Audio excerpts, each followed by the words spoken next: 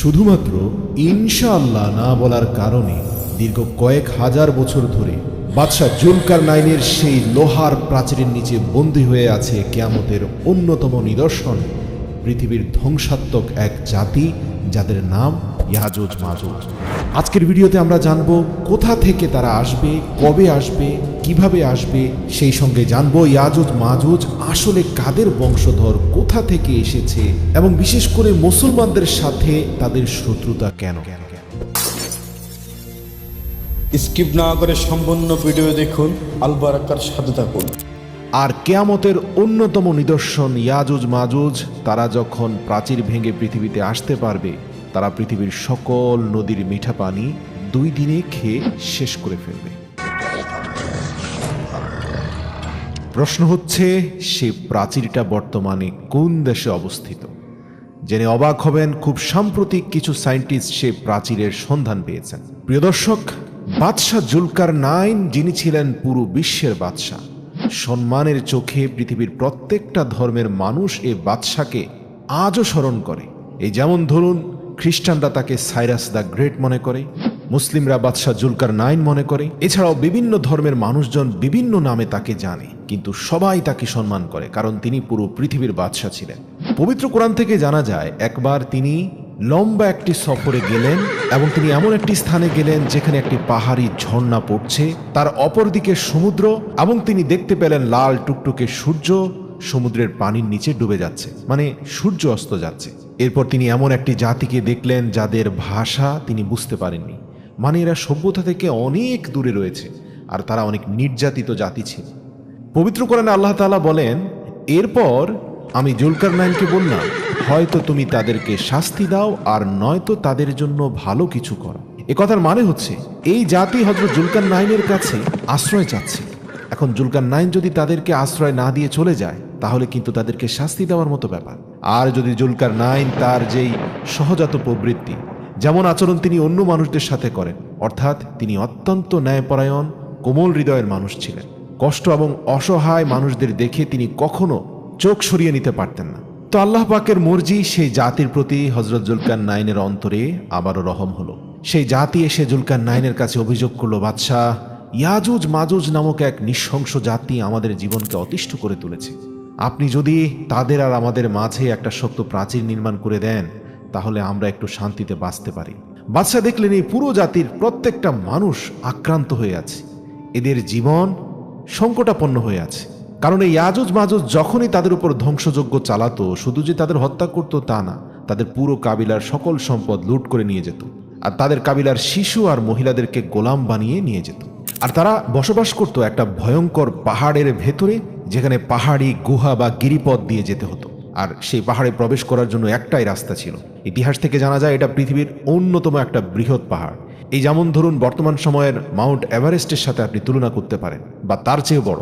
তো এই অতিষ্ঠ জাতিটি বাদশাহ জুলকারনাইনের হৃদয় গলানোর জন্য এবং ইয়াজুজ মাজুজের হাত থেকে রক্ষা পাওয়ার জন্য তাকে বলল, বাদশাহ, আমরা আমাদের জীবনের অর্জিত সকল সম্পদ একত্র করে আপনাকে দিই, আপনি আমাদেরকে একটা শক্তিশালী মজবুত প্রাচীর তৈরি করে দেন এই ইয়াজুজ মাজুজের পাহাড়ি গিরিপথের মাঝখানে, যেন তারা বের হয়ে আমাদের অত্যাচার করতে না পারে।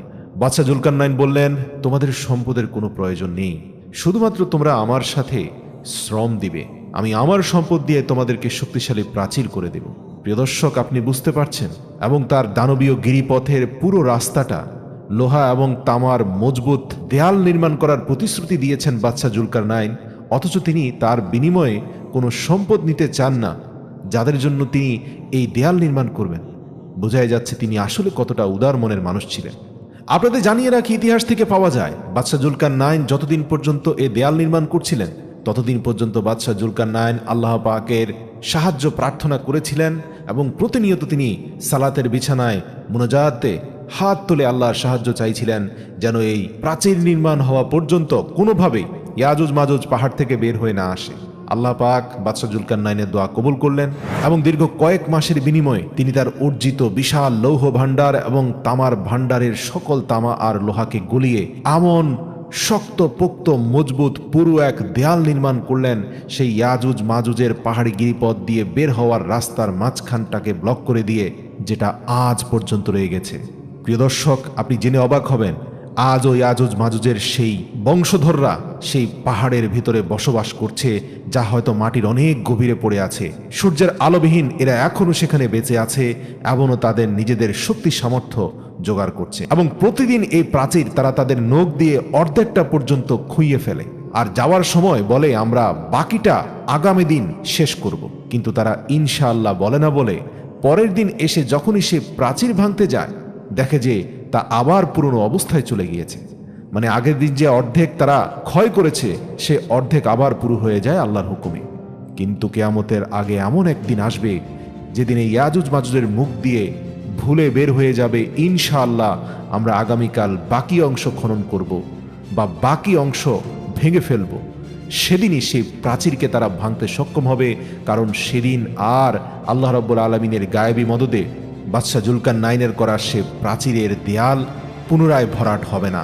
কারণ সেই সময়টা হবে এমন এক সময় যখন পৃথিবীর মানুষ ইনশাআল্লাহ বা আল্লাহর নাম বলতে ভুলে যাবে, কিন্তু ইয়াজুজ মাজুজের মুখ দিয়ে ভুলক্রমে ইনশাআল্লাহ বের হয়ে যাবে। আর যার দরুন সেই প্রাচীর ভেঙে ইয়াজুজ মাজুজ পৃথিবীতে এসে 2 দিনে পৃথিবীর সকল মিঠা পানি খেয়ে ফেলবে। প্রিয় দর্শক, আপনাদের জানিয়ে রাখি যে রাশিয়ান মুসলিমদের একটি দল দীর্ঘ 40 বছর ধরে বিভিন্ন ঐতিহাসিক তথ্য উপাত্তের উপর ভিত্তি করে ইয়াজুজ মাজুজের সেই পাহাড়ের সন্ধান করে চলেছে।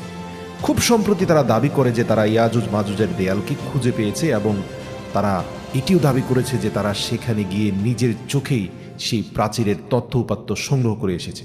গবেষণা দলের মত অনুযায়ী এরা সর্বপ্রথম কোরআন আর হাদিসের ঐতিহাসিক বইগুলোতে ইয়াজুজ মাজুজের সঙ্গে সম্পর্কিত যতগুলো ইনফরমেশন আছে সবগুলোকে একত্রিত করে সকল ইনফরমেশনকে যোগ বিয়োগ করে তারা একটি নকশা তৈরি করে, এবং সেই নকশা অনুযায়ী ইয়াজুজ মাজুজের সবচেয়ে সম্ভাব্য স্থানটা হয় বর্তমান কিরগিজস্তান নামক দেশের একটা নির্দিষ্ট পাহাড়ি অঞ্চলে, যা একসময় সোভিয়েত ইউনিয়নের অংশ ছিল, অর্থাৎ বৃহত্তর রাশিয়ার ভিতরে ছিল। কিন্তু যখন ইউএসএসআর বিচ্ছিন্ন হয়ে যায়, সোভিয়েত ইউনিয়ন ভেঙে যায়, তখন কিরগিজস্তান আলাদা একটি রাষ্ট্র হয়ে যায়। তো জানিয়ে রাখি যে এই দেশ বিশাল এলাকা, কিন্তু মানুষজন নেই, কারণ বেশিরভাগ সময় এই দেশের বিভিন্ন অঞ্চল বরফের নিচে চাপা পড়ে থাকে।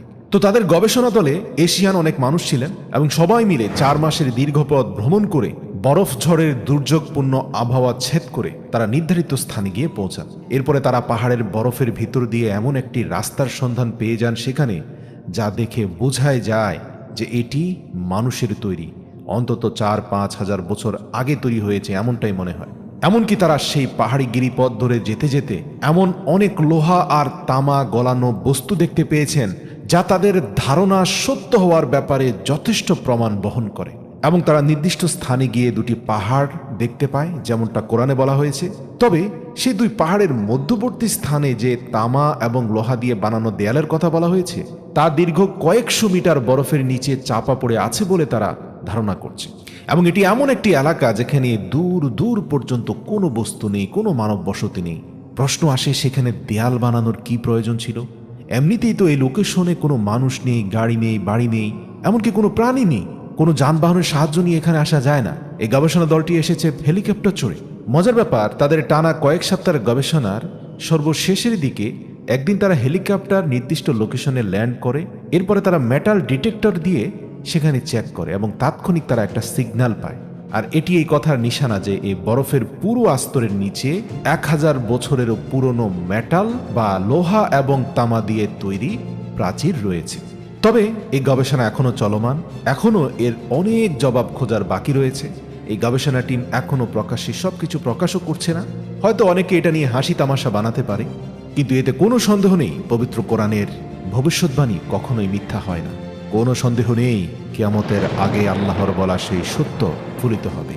ঠিকই কোনো না কোনো দিন ইয়াজুজ মাজুজ পৃথিবীর বুকে ছড়িয়ে পড়বে।